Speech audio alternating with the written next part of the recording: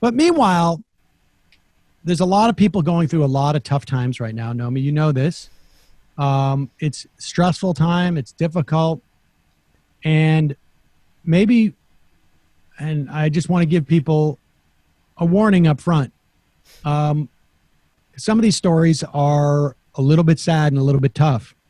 And this is a story of a guy in California who can't go to the beach. And he's really upset about it. And he went on Judge Jeanine Pirro's show. Yes, ladies and gentlemen. And do we have the intro to this? Because the intro is almost the funniest part about the whole thing. Dave Rubin on how did she introduce him? It was pretty funny. We got the whole thing. Okay, yeah, let's play this. This is pretty good. Joining me to discuss that and more, political commentator I and want author before of that.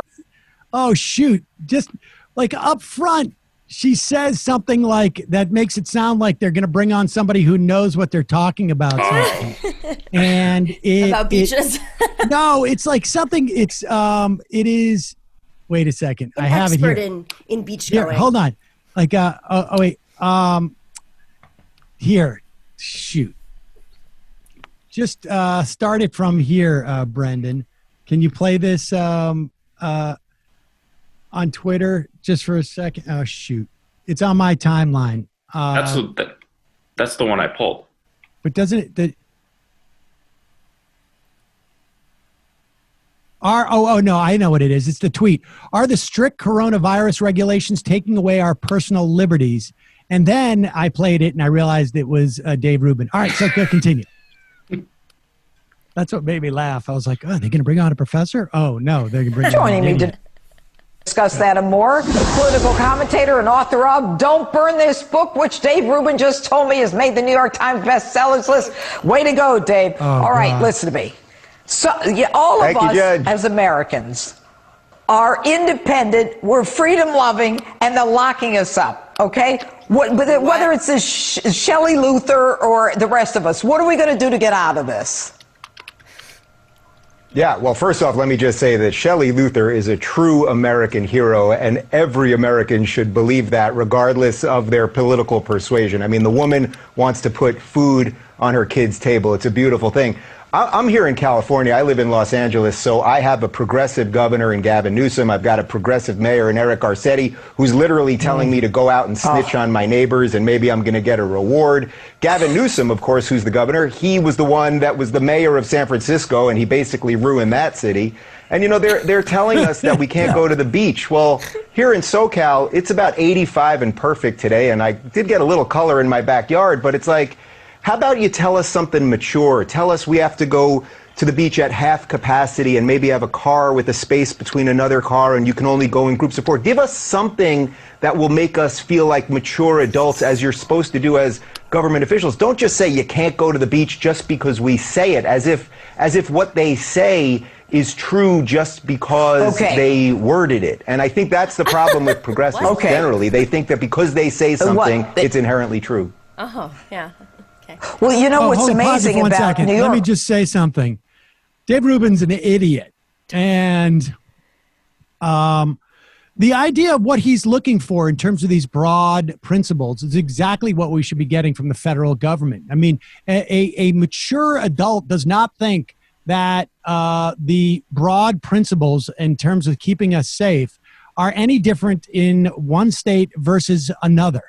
A mature adult, I mean, like, you're worried about mature adults and you're not writing a book about Donald Trump?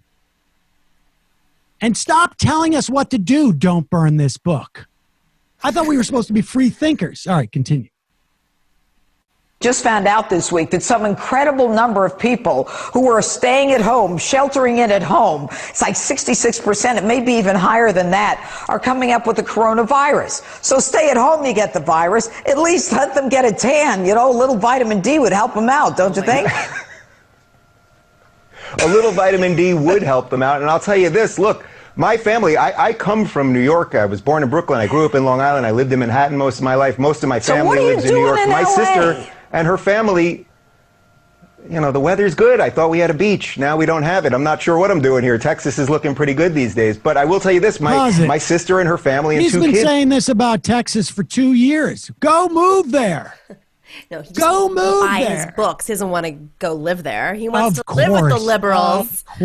Of course. That guy wouldn't last 3 seconds in Texas. It's the Andrew Breitbart model.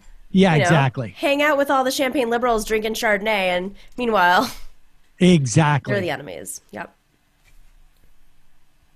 Just moved out of New York City this week because people want to be free. Your intro is exactly right. Americans love liberty, love freedom. And by the way, we're willing to take a little risk to be free. Nobody's saying just get out there and do whatever you want and crowd everything. People are saying, hey, we got to get back to our lives. We're not hamsters in a cage.